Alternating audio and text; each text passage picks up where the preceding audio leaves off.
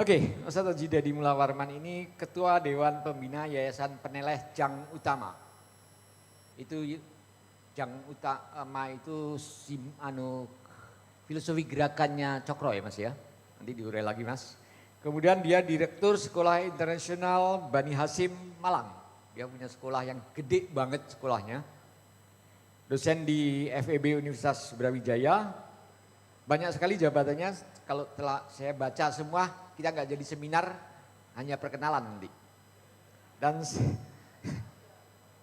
Dan saat ini dia, oh ini luar biasa, World Top 100 Economics and Econometrics Scientist 2022. Oh 100 ekonom dunia beliau ini, luar biasa.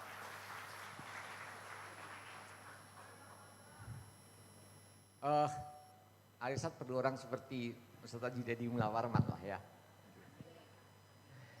Amin ya, tadi diaminkan ya. Amin, amin. Allahu Akbar. Tafadhol Ustaz menyampaikan 30 menit kira-kira cukup ya Ustaz.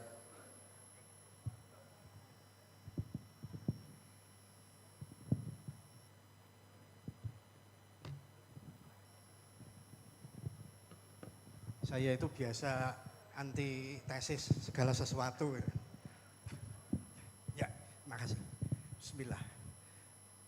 Assalamualaikum warahmatullahi wabarakatuh. Alhamdulillah, alhamdulillahirabbil alamin. Asyhadu an la ilaha illallah wa Muhammadan abduhu wa rasuluh. Inna fi khalqis samawati wal ardi wa ikhtilafil laili wan nahari la ayatil li ulil albab. Amma ba'du, yang saya hormati, saya muliakan Ustadz Faisal, Ketua PP Al-Irsyad, pengurus pusat Al-Irsyad, Bapak Ibu, peserta Muktamar ke-41, Al-Irsyad Al-Islamiyah yang dimuliakan Allah. Ini tadi sebenarnya bukan kesepakatan ini. Saya ditodong aja sama yang sepuh ini. Ini kan kakak-kakak saya semua, jadi yang muda disuruh maju dulu, mati duluan gitu kan. Alhamdulillah. Bapak Ibu, kalau tadi Pak Soleh bicara tentang nasionalisme yang membahagiakan, bahwa kita nasionalisme kita hari ini punya logika kekerasan.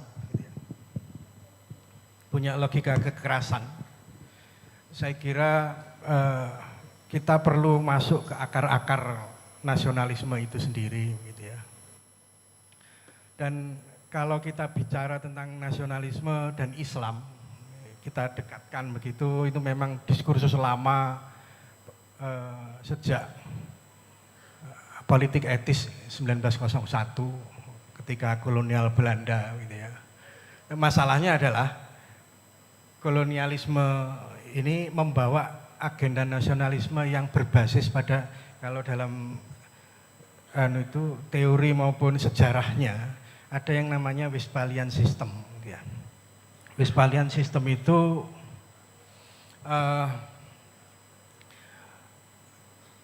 basisnya dari pertempuran di Eropa yang sangat masif ratusan tahun. Ada dua pertempuran, yang satu pertempuran antar agama antara Katolik dan Kristen yang memunculkan konflik berkepanjangan selama 80 tahun antara 1568 sampai 1648. Kemudian ada konflik antar negara yang dimulai dari Spanyol dengan Belanda ya. Moga-moga nanti ada ya tim sepak bola Spanyol sama Belanda, ada dua-duanya ya. Nah, FIFA Piala Dunia ini, mungkin Piala Dunia itu bagian dari kekerasan yang digiring pada supaya aman saja, supaya kekerasannya masuk ke bola begitu kan. Tapi ini sejak 1648 kemudian ada penandatanganan, muncullah negara bangsa, nation state gitu ya, nation state. Yang ini basisnya adalah meredam kekerasan atas nama agama dan ras. yang itu kemudian menjadi sebuah teori. Kalau Hans Kohn, siapa namanya? Ya Hans Kohn ya. Hans Kohn itu kemudian merumuskan bagian dari nasionalisme yang sudah baku menjadi nasionalisme yang sekuler, yang melepaskan diri dari kerangkeng-kerangkeng agama, meskipun konfliknya adalah konflik-konflik agama dan ras. Dan itu yang kemudian menjadi values gitu ya. Jadi kalau kita membayangkan sebuah ideologi, sebuah agenda, sebuah sains, sebuah model, sistem dan lain-lain, pasti di dalamnya values akan ikut gitu ya. Nah, ketika Indonesia di masa-masa 1901 sampai kemerdekaan itu, diskursus itu juga muncul. Salah satunya adalah misalnya Pak di Sarekat Islam waktu itu awal-awal, kemudian ada Taswirul Afkar gitu ya. Wah, Yai Hasbullah, pertemanan beliau dengan Haji Umar Said Cokroaminoto, kemudian juga pertemanan dengan Ahmad Surkati. Nah ini menemukan sebuah model nasionalisme yang khas Indonesia. Apa? Ada kesamaan melakukan antitesis perlawanan terhadap kolonialisme dan imperialisme. Yang values-nya beda dengan yang Westphalian system itu, sehingga ruh perlawanan itu adalah ruh jihad masuk. Nah, disinilah ada perbedaan yang signifikan antara dua model nasionalisme.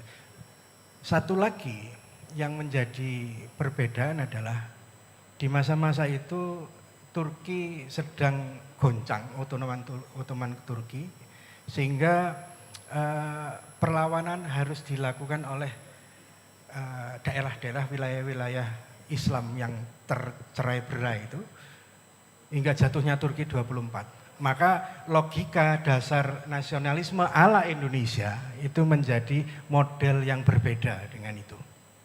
Nah, artinya sekarang ketika hari ini nasionalisme yang sudah menjadi teori dan diajarkan di kampus-kampus menjadi sebuah logika dasar nasionalisme adalah itu, gitu ya, yang Westphalian system itu masuk ke ruang-ruang berpikir. Ini ada semacam, kalau saya sebut nanti misleading pengetahuan, gitu ya. Ada sesat pikir pengetahuan yang kemudian membenturkan kita dengan kerangka keislaman kita, kerangka keagamaan kita, kerangka perdamaian tadi ya. Orang Indonesia itu nggak suka. Ya, sama seperti saya orang Malang, ketika Arema bentur-benturan, oh ini memang model Westphalian di sepak bola gitu ya. Kekerasan yang muncul gitu ya. Karena tadi itu kita nggak sadar bahwa kita sedang misleading pengetahuan. Nah, apakah misleading pengetahuan itu juga jalan di ruang-ruang yang lain? Bapak Ibu jangan salah. Kalau Bapak Ibu lihat data, sebenarnya kalau ada slide-nya bagus, saya sebenarnya mau nyampilkan data gitu. Ada data statistik dan data riset gitu ya. Data riset yang sebelumnya tahun 80-an itu Borjus Picat membuat proyeksi bahwa umat Islam tahun 2025, ini 2025 ya, 2025 mencapai 30%. Dan tahun 2100 mencapai 40%, sedangkan Kristen dan Katolik itu flat hanya 20%. Jadi kita 22 kali lipat. Tahun 85. Tahun 2001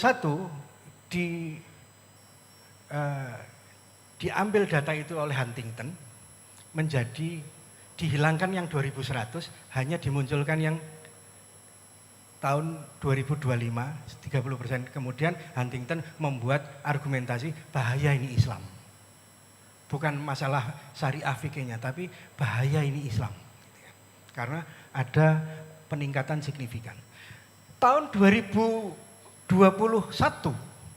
ada data dari Pew Research Center di Washington yang mengatakan statistik umat Islam itu tahun 2024 itu 2030 itu 29%, turun 1%.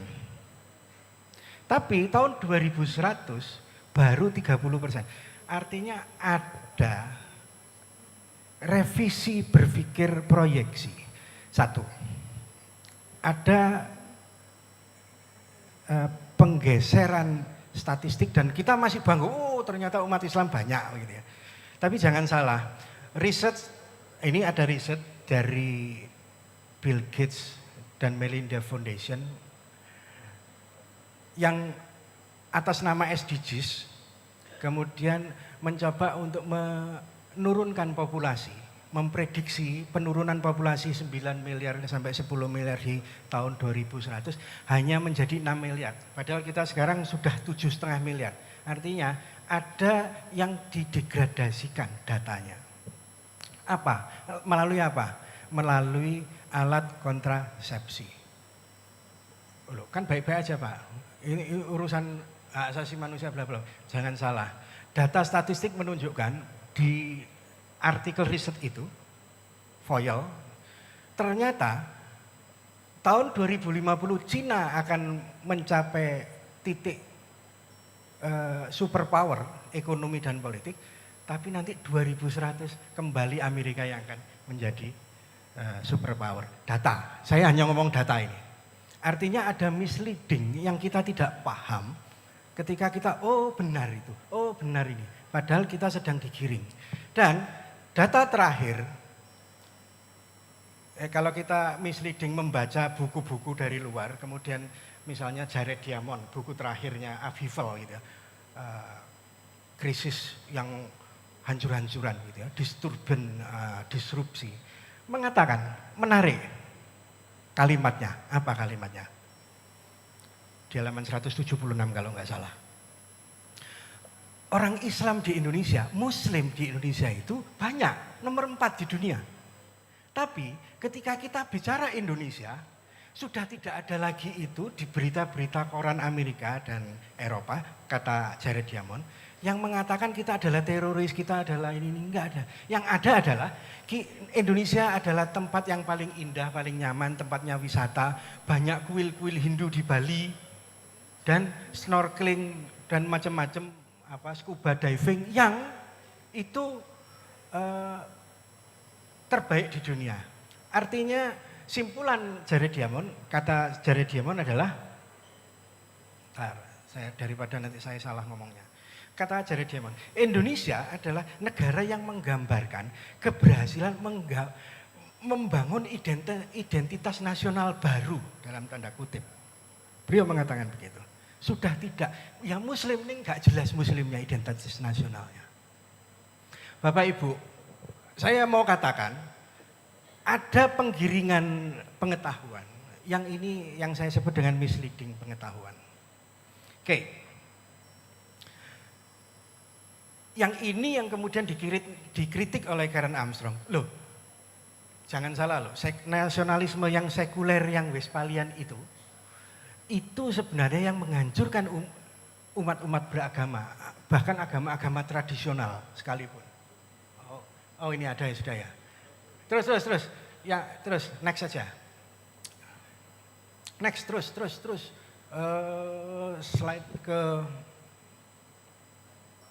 Slide ke-24, nah, ini yang data tadi. Jadi ada data yang menurut Bojus Picat tahun 89, umat Islam akan menjadi 40% dan ini bagi Hang Tinun mengancam. Kemudian dirubah oleh proyeksi pertumbuhan oleh Pew Research Center menjadi hanya 30%. Wih, dahsyat sekali gitu ya. Next, Mas. Lanjut. Nah ini saintifikasi yang kata Karen Armstrong itu. Karen Armstrong mengatakan begini, rasisme ilmiah modern dikembangkan pada kebencian agama tradisional dan menginspirasi genosida nasional. Nasionalisme sekuler atau kalau saya mengatakan Westphalian itu diterapkan penjajah secara bertahap menyatu dengan agama setempat sehingga menyebabkan tradisi agama menyimpang dan mengembangkan ciri yang agresif.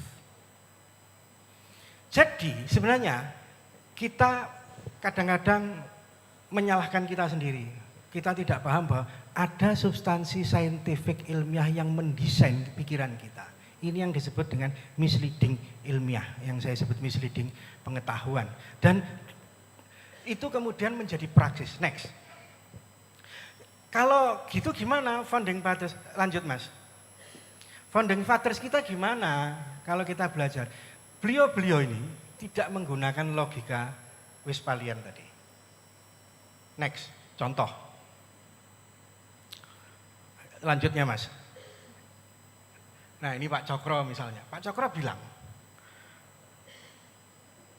bahwa Islam bukan hanya suatu aturan yang mengatur hubungan manusia dengan manusia. Tapi bentuk keadaban dan suatu kebangsaan yang lebih luas dari kebangsaan atau nasionalisme itu sendiri. Islam itu cita-cita yang tertinggi, sedang nasionalisme dan patriotisme adalah tanda-tanda hidup agar kita sanggup melaksanakan Islam dan seluas-luas serta sepenuhnya. Dan ini bertemu dengan Yai Wahab Hasbullah. Yai Wahab Hasbullah mengkonkretkan menjadi tahun 1916 ketika Kongres Syarikat Islam di Bandung, bertemunya Yai Wahab Hasbullah, Yai Hasyim Asy'ari dengan Ahmad Dahlan dan lain-lain semuanya kawan-kawan seperjuangan melakukan apa? Melakukan next. Ini yang disebut dengan hubul waton minal iman itu yang kemudian jadi nyanyian gitu. Lihat tanggalnya, lihat tahunnya 1916 Taswir Ikal dan kemudian muncul Nahdlatul Ulama. Ini biasa dinyanyikan di Peneleh Surabaya sama-sama Pak Cokro. Ya, kawan-kawan pergerakan. Nah, lanjut. Saya tidak begitu paham. Moga-moga saya tidak salah. Ngapunten, tafadhol, afwan, ini kalau ini salah. Tapi moga-moga ini benar. Nasionalisme berpikirnya Syekh Ahmad Surkati itu, ketika beliau sudah lama di Indonesia, orang Sudan yang lama nih, beliau ngomong, aku merasa telah bertahun-tahun berkecimpung memimpin Al-Irsyad di Indonesia, bahwa tiap-tiap zarah dari badan yang saya telah berganti dengan unsur-unsur Indonesia. Aku akan tetap hidup di Indonesia sampai akhir hayatku. Wih, ini nasionalisme sejati.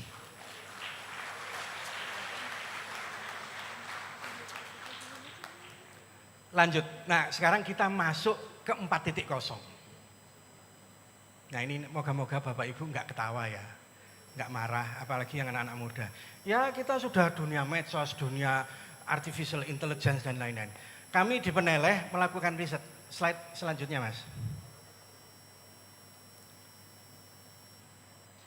Ya, kami riset 800 mahasiswa dari Medan sampai ke Papua.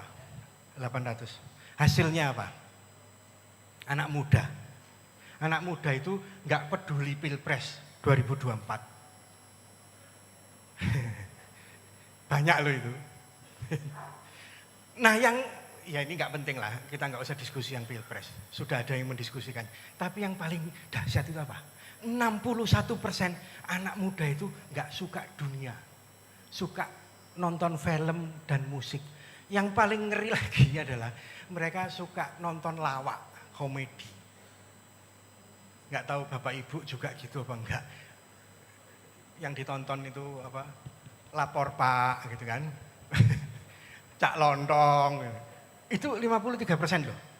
Yang suka healing, ayo kita healing gitu kan. Itu 46%. Yang dahsyat lagi adalah 50% suka apa?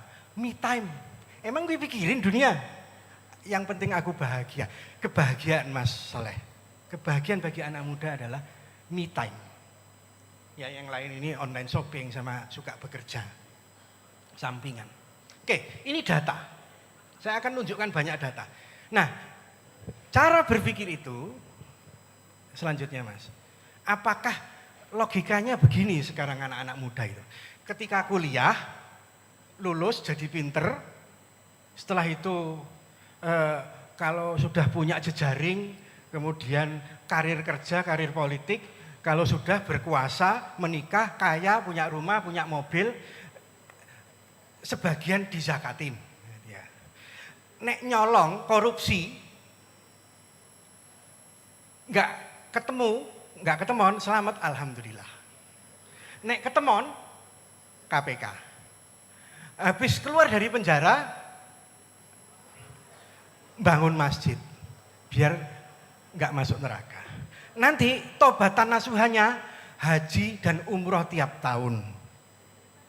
Terus minta masuk surga. Jarene ndasmu. Nun sewu nggih. Tapi ini cara berpikir. Dan ini saya tes di semua anak-anak muda, bahkan bapak-bapak dosen ibu saya. Iya, cara begini. Ketika saya ngomong di kampus-kampus, loh ya itu benar. Karena apa? Ini tadi. Ada yang selanjutnya. Ada yang disebut dengan hierarki kebutuhan dari Maslow. Mereka harus aman secara psikologis, tidur, makan, uang, bahagia, dicintai, kemudian penghargaan. Kalau sudah nanti dia akan aktualisasi diri, bermoral. Nah, coba slide selanjutnya. Bedanya dengan Syekh Ahmad Surkati apa? Melihat kebahagiaan. Tidaklah kebanggaan itu karena pakaian atau keturunan. Dan bukan pula karena, loh sebelumnya ini mas. Mundur. Selanjutnya. Oh kok ini ya? Terus. Lanjut dulu. Terus saja. Terus. Nah ini dia. Tidaklah kebanggaan itu karena pakaian atau keturunan. Dan bukan pula karena tumpukan uang atau emas. Tapi kemuliaan itu karena ilmu dan adab. Dan agama adalah pelita bagi orang-orang yang berakal. Inna fi khalqis samawati wal ardi waqtilafil laili wan nahari la ayati li ulil albab. Berzikir sekaligus berpikir. Konkret ini. Berbeda kan dengan yang tadi. Kalau gitu kan saya nggak perlu nyampaikan ayatnya tuh, Bapak Ibu. Sudah ayatnya banyak. Mundur ke belakang tadi Mas. Kebalik nih. Gimana? Ayatnya itu ayat Ali Imran 104 gitu ya. Mundur lagi. Mundur terus. Nah ini.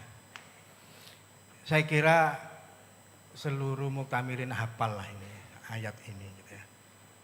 Jadi kalau memang kebahagiaan itu ya mencegah mungkar gitu ya, menjadi orang. Dan itulah orang-orang yang bahagia, muflihun. Kalau orang Jawa katanya next, orang Jawa itu kebahagiaan itu ya kalau dia bermoral. Selanjutnya Mas ya. Kalau Pak Cokro katanya orang yang bahagia itu kalau menjadi prawireng jurit pahlawan besar yang menjadi insan kamil. Dan seterusnya. Next, saya percepat aja, kurang berapa menit? Oh break 10.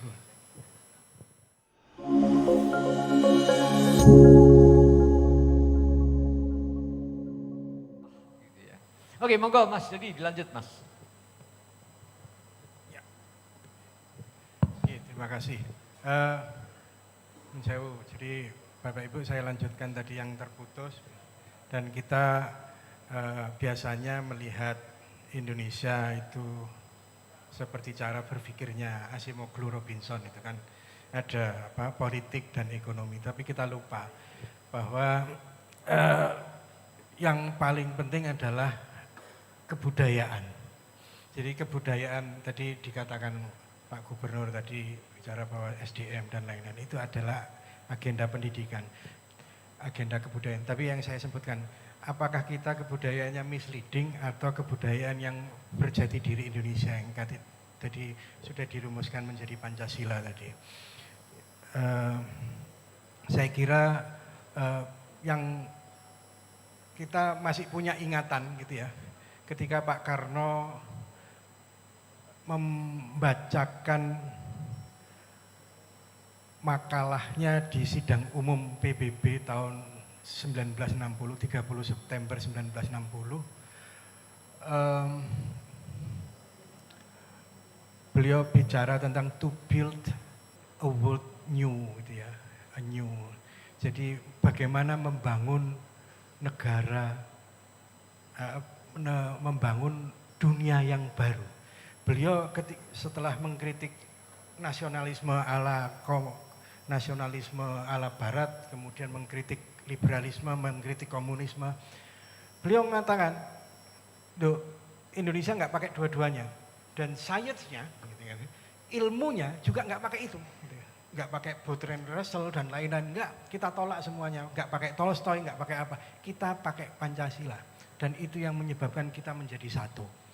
Dan sekarang naskah itu akan disahkan menjadi memori sejarah di UNESCO tahun 2023. Nah, tapi kalau kita mau maju lagi, agenda kebudayaan cara berpikir yang tidak misleading, yang ya saya sebut kalau di Peneleh itu paradigma Nusantara gitu ya. Dia harus punya logika yang sangat Indonesia yang saya sebutkan tadi. Gus Dur ketika beliau tahun 99 jadi presiden, yang disampaikan Gus Dur ke seluruh negara, beliau mengagendakan bukan politik dan ekonomi yang didahulukan, kebudayaannya dulu, pendidikannya dulu. Loh, ini dahsyat luar biasa. Kemudian beliau bikin yang namanya agenda kebudayaan global tahun 2001, Gus Dur. Yang itu baru dicontoh oleh Xi Jinping tahun 2013 yang disebut dengan One Belt One Road itu. Lah kan sebenarnya kita ini sebenarnya maju gitu loh. Cuman kemudian itu hilang karena kita bingung dengan urusan ekonomi saja. Tadi itu loh, akhirnya kita pinginnya masuk surga tapi kaya. Ya itu tadi, karena kita tidak punya alam berpikir yang sama. Gitu ya. Dan saya nyalakan halaman berapa ya? Nah ini masalahnya, slide-nya ini. Saya langsung aja ke ini. Ketika Pak Syekh Ahmad Surkati bicara tentang kunci masa depan kebudayaan. 61 Pak ya? Bentar. Bukan. Slide berapa ya? Sudah buka belum?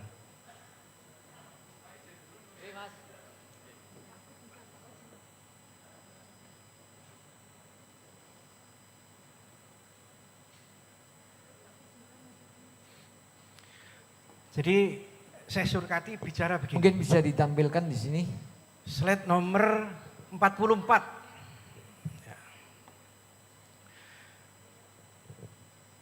Syekh Ahmad Surkati bilang, sekolah adalah rumah pengetahuan serta lembaga pengajaran dan pelatihan. Tetapi sekolah terbaik adalah sekolah yang difokuskan untuk mengembangkan moralitas. Sekolah Islam yang benar adalah sekolah yang difokuskan untuk mengisi hati dan akan ketakutan kepada Allah. Ini kan sinyal yang harusnya dibangun oleh Al-Irsyad dan sudah dibangun. Cuman masalahnya adalah, cukupkah sekolah-sekolah? Karena kalau tadi yang saya katakan, misleadingnya itu adalah dalam dunia sains, yang itu ada di riset-riset dan pengembangan dunia sains. Perguruan tinggi, pendidikan tinggi. Saya kira Al-Irsyad wajib membuat kampus-kampus di berbagai wilayah. Karena kalau tidak, sebuah organisasi besar tidak punya kampus, dia akan menjadi fosil pada masa depan. Enggak cukup TK, SD, SMP, SMA. Karena pusat laboratorium itu ada di perguruan tinggi, ada di kampus. Yang hasilnya kurikulum dan lain-lain model pembelajaran, hasil sains dan teknologi diterjemahkan menjadi bahan ajar di sekolah-sekolah di bawahnya. Dan kalau itu terjadi, maka sebenarnya, dan itu Rasulullah juga melakukan yang sama dalam versi yang berbeda. Gajah Mada, Majapahit, dan banyak organisasi-organisasi modern sekarang semua melakukan hal yang sama. Saya kira kalau kita ingin benar-benar maju, Indonesia yang maju, maka selesaikan masalah pendidikan. Jangan pernah bermimpi kita yang akan berkuasa, kita yang mendapatkan kenyamanan hidup. Ahmad Surkati, Cokroaminoto, dan seluruh tokoh-tokoh, dia gelisah tentang masa depan, bukan gelisah tentang hari ini. Dan Bapak Ibu, moga-moga kita adalah bagian orang-orang yang gelisah untuk membangun masa depan. Kebudayaan adalah kunci, politik, ekonomi hanya konsekuensi-konsekuensi logis. Dan itu harus dibangun juga meskipun kita harus menyelesaikannya. Ada di pundak Bapak Ibu sekalian. Terima kasih. Jangan pernah risau, bangunlah gelombang untuk membangun peradaban yang lebih baik. Terima kasih. Assalamualaikum warahmatullahi wabarakatuh. Waalaikumsalam warahmatullahi wabarakatuh. Luar biasa Mas Ustadz Haji Dedi Mulawarman. Nasionalisme khas Nusantara itu berbasis agama. Dan karena Alirsat itu adalah organisasi keagamaan, maka tantangan Alirsat ke depan adalah bagaimana membangun nasionalisme Indonesia ini dengan berbasis tadi yang disebut Ustadz Haji Dedi adalah pendidikan, terutama pendidikan tinggi.